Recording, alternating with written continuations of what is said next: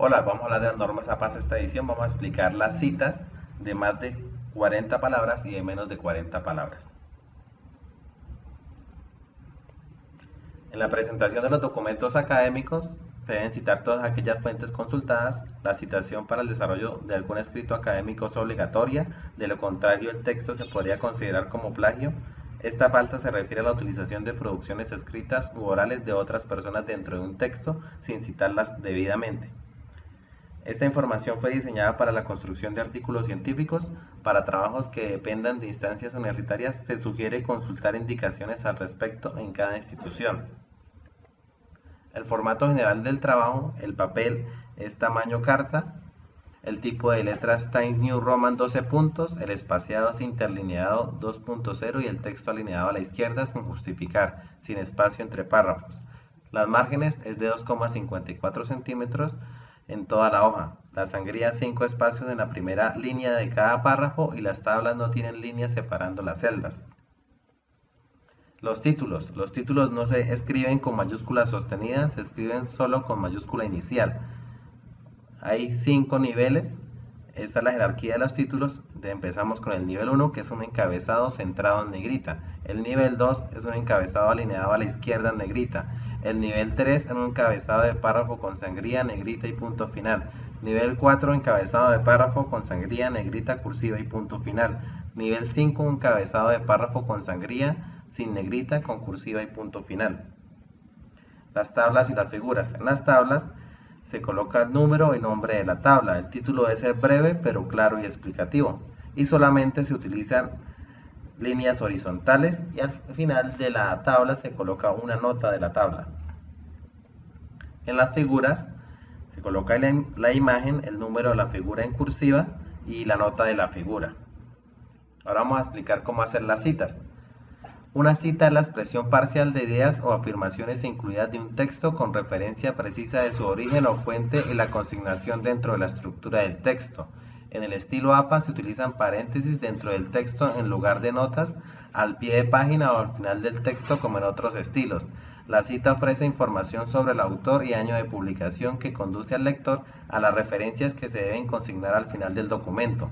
Básicamente hay dos formas de realizar una cita dependiendo de lo que se quiera enfatizar con ella. En el primer caso se hace un énfasis al autor cuando lo que se quiere citar o resaltar es el pensamiento o la posición específica de alguien sobre algún tema. Por otra parte, en las citas basadas en el texto se quiere hacer referencia a una frase o teoría específica en la que el autor tiene un papel secundario.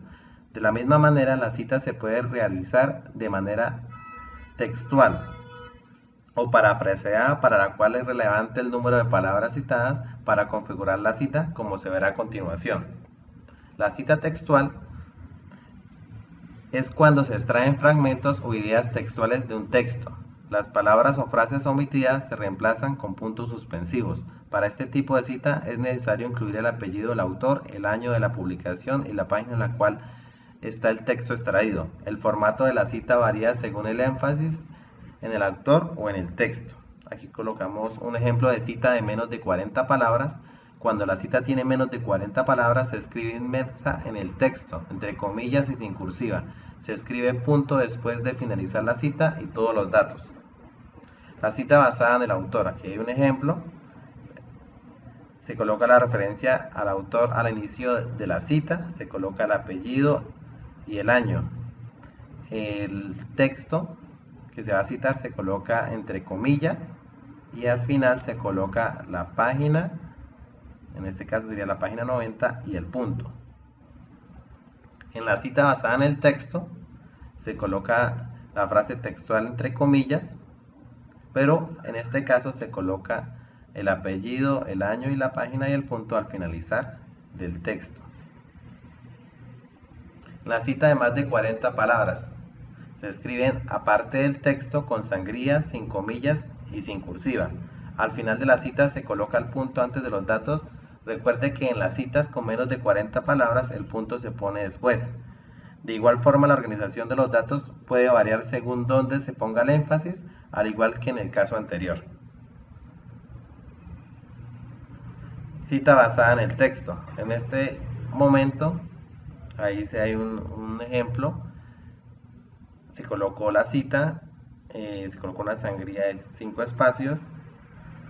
Al finalizar del texto se coloca el apellido, el año y la página, y todo eso es el resumen de los datos al final de la frase citada. Es importante también colocar el punto al final del texto que seleccionó. La cita basada en el autor.